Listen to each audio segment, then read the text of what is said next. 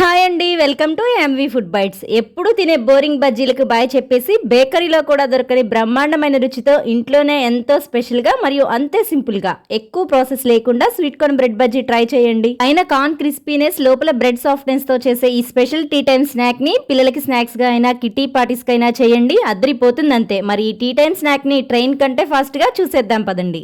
దీనికోసం ముందుగా కప్పు పొడవుగా కట్ చేసిన ఉల్లి ముక్కలు, 3-4 పచ్చిమిర్చి తరుగు, కొద్దిగా కొత్తిమీర తరుగు, 1 టీ స్పూన్ అల్లం వెల్లుల్లి పేస్ట్, రుచికి సరిపడా ఉప్పు, 1 టీ స్పూన్ కారం, 1/2 టీ స్పూన్ వాము, 1 టీ స్పూన్ ధనియాల పొడి, 1/2 టీ స్పూన్ గరం మసాలా వేసి అంతా ఓసారి చేతితో కానీ స్పూన్తో కానీ బాగా మిక్స్ చేసి తర్వాత కప్పు ప్యూర్ శనగపిండి, 1/2 కప్పు బియ్య పిండి, కప్పు స్వీట్ కార్న్ గింజలు కూడా వేసి అంతా ఓసారి కలపండి. ఇలా కలుపుతున్నప్పుడే కొద్ది కొద్దిగా వాటర్ యాడ్ చేసుకుంటూ బజ్జీ పిండి కంటే కాస్త గట్టిగా వీడియోలో చూపిన విధంగా ఈ కన్సిస్టెన్సీలో కలిపి పక్కనుంచండి. ఇప్పుడు 4 బ్రెడ్ స్లైసెస్ తీసుకొని చాకుతో ట్రయాంగిల్ షేప్ లో కట్ చేసుకొని శనగపిండి మిశ్రమాన్ని బ్రెడ్ పైన ఇలా ఈ విధంగా 2 వైపులా అప్లై చేసి హీట్ అయిన ఆయిల్లో వెంటనే మనం బజ్జీలు ఎలా వేసుకుంటామో అదే ప్రాసెస్లో ఈ బ్రెడ్ బజ్జీని కూడా ఒక్కొక్కటిగా వేసుకొని మీడియం ఫ్లేమ్ మీద ఒకవైపు కాలిన తర్వాత మరొక వైపు ఫ్లిప్ చేసుకొని కాల్చుకోవాలి. అయితే మీరు ఈ బ్రెడ్ బజ్జీ చేసేటప్పుడు బాండీ కాకుండా ఇలా ఫ్రై పాన్ యూజ్ చేశారంటే చాలా తేలికగా ఫ్రై చేసుకోవచ్చు, అలాగే